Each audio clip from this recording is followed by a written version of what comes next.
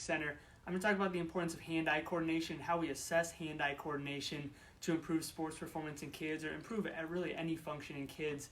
But hand-eye coordination obviously is really, really important for sports performance, whether a ball is coming at you and you're catching it, or a basketball is coming at you, or even just dribbling.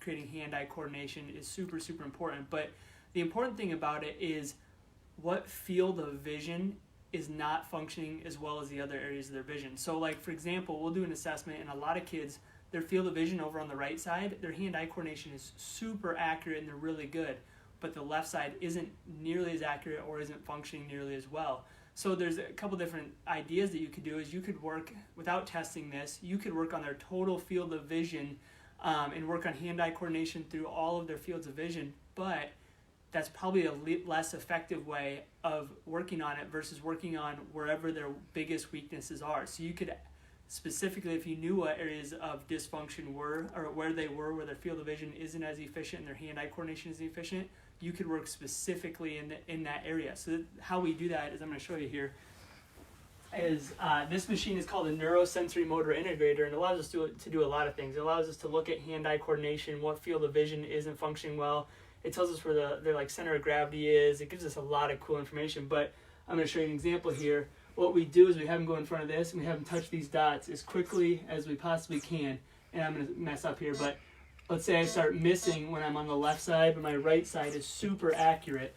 I start missing on the left side, and my right side is super accurate. I'm gonna do a few of these so I can give you an example here. But left side is going to be less accurate because my hand-eye coordination isn't as good on that side.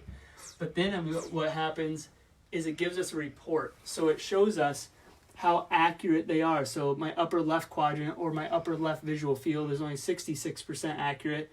My upper right is 100%. My lower right is 100%. And my lower left is only 66% accurate. So what that allows us to do is say, okay, this kid's field of vision isn't as efficient on the left side, and their hand-eye coordination therefore isn't as efficient on the left side. So we can have them do tasks that are specific to left side hand-eye coordination and get it to the point where it normalizes with objective testing. That's the cool part of being able to do objective tests or having the equipment to do that, is you can physically see where their dysfunctions are and then give appropriate strategies to develop their hand-eye coordination on that side, and that improves their sports performance very, very quickly compared to the shotgun approach of, hey, we're just going to work on their hand-eye coordination everywhere. You can get a lot more done, a lot more efficiently, and a lot faster. So I hope this helps you guys. If you can figure out where to get tested, awesome. If you are in our area, we'll test it. But have a good day, and let us know if you have any questions.